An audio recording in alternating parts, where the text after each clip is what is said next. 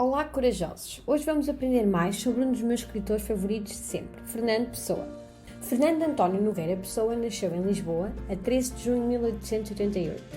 Foi educado na África do Sul, tendo frequentado o Liceu de Durban, onde recebeu uma cultura tradicional inglesa, o que fez dele um poeta bilíngue, ou seja, capaz de falar duas línguas nativamente. Instalou-se definitivamente em Lisboa a partir de 1905. Ao seu percurso de vida estão associados acontecimentos e circunstâncias marcadas pelo falhanço. E não é que as várias coisas negativas fizeram dele um dos maiores escritores de todos os tempos?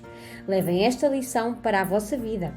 Entre estas coisas estão a morte do pai em julho de 1893, o seu percurso universitário falhado, quer na área das letras, quer na filosofia, as sucessivas crises depressivas, o fracasso na iniciativa empresarial, uma vez que tentou criar a empresa Ibis, uma tipografia que terá encerrado pouco tempo após a abertura. As tão conhecidas frustrações amorosas com o seu romance Ofélia, os projetos e inovações não concretizados, porque tinham um desejo de abrir um consultório de astrologia, e ainda a inconstância profissional, tendo tido mais de 20 empregos. Também a frequência de diversos cafés, no qual inicia o seu vício pelo álcool, a errância por quartos alugados na Baixa da cidade, sendo que ainda hoje se pode visitar a Casa-Museu Fernando Pessoa na Rua Coelho da Rocha, e por fim, a morte por crise hepática com 47 anos.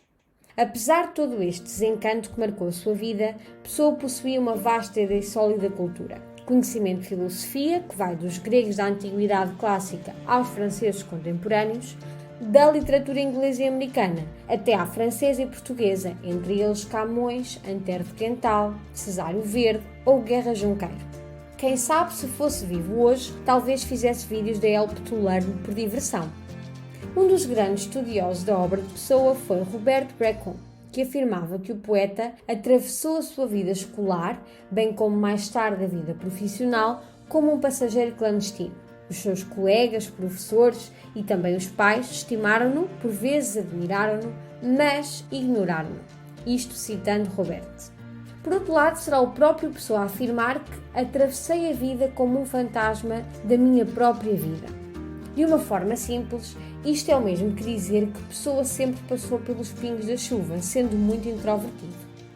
Porém, a personalidade literária distancia-se destes fracassos existenciais, ainda que por eles motivada, uma vez que mostra a busca constante de um sonho.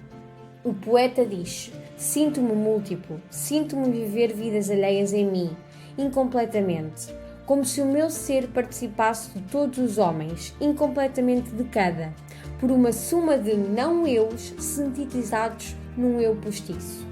Esta frase expressa o desejo de encarar muitas personalidades, o que se irá traduzir na sua escrita pela presença de heterónimos. Se fosse eu a dizer sentia multiplamente várias vidas alheias em mim, provavelmente internavam-me, mas pronto. De regresso a Portugal, em 1905, Pessoa vive uma série de acontecimentos históricos e políticos na história portuguesa, desde a queda da monarquia à implantação da República e ditadura do Estado Novo. Isto fez com que o panorama cultural fosse estagnado. Portanto, Pessoa sente que é o seu dever empenhar-se na reabilitação das letras portuguesas. Para isso, deixa de escrever em inglês e passa a escrever exclusivamente em português a partir de 1908. E estreia-se no mundo das letras com uma série de artigos intitulados A Nova Poesia Portuguesa, publicados em 1912. Nesse ano, Pessoa conhece Mário de Sá Carneiro, o qual é importante na iniciação do modernismo em Portugal. Em 1914, escreve Chuva Oblíqua, um conjunto de 6 poemas que constitui um marco importante na história do modernismo. Este conjunto de poemas mostra uma aproximação da poesia ao cubismo, que consiste numa arte de entrecruzar as imagens do sonho e realidade.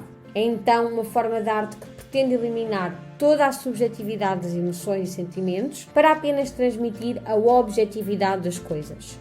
Em 1915, juntamente com Mário de Sá Carneiro e outros escritores, lança os 2 únicos números da revista Orfeu, que inaugura o modernismo em Portugal. Mais à frente, entre 1929 e 1932, publica a obra Livro do Desassossego. Mensagem, outra das suas grandes obras, é publicada em 1934, um ano depois de Salazar ter assumido a chefia do governo do país, instaurando um sistema de controle total da vida pública, aquilo que nós conhecemos como o Estado Novo. Como sabem, é autor de uma vasta obra e caracteriza-se pela pluralidade, diversidade, uma escrita de inúmeros rostos e temas diferentes, da autoria do poeta ele próprio, ou seja, o ortónimo, e de outros poetas, outros eus, os heterónimos. Contam-se mais de 75 heterónimos e semi-heterónimos. Há uma tendência de Fernando Pessoa para a despersonalização, o que é demonstrado pela criação destes vários heterónimos. Na prática, isto significa que ele escrevia poemas assinando como outras pessoas e assumindo mesmo a personalidade de outro indivíduo completamente diferente da sua. Iremos explorar a obra de Fernando Pessoa, o ortónimo, mas também de alguns dos seus heterónimos.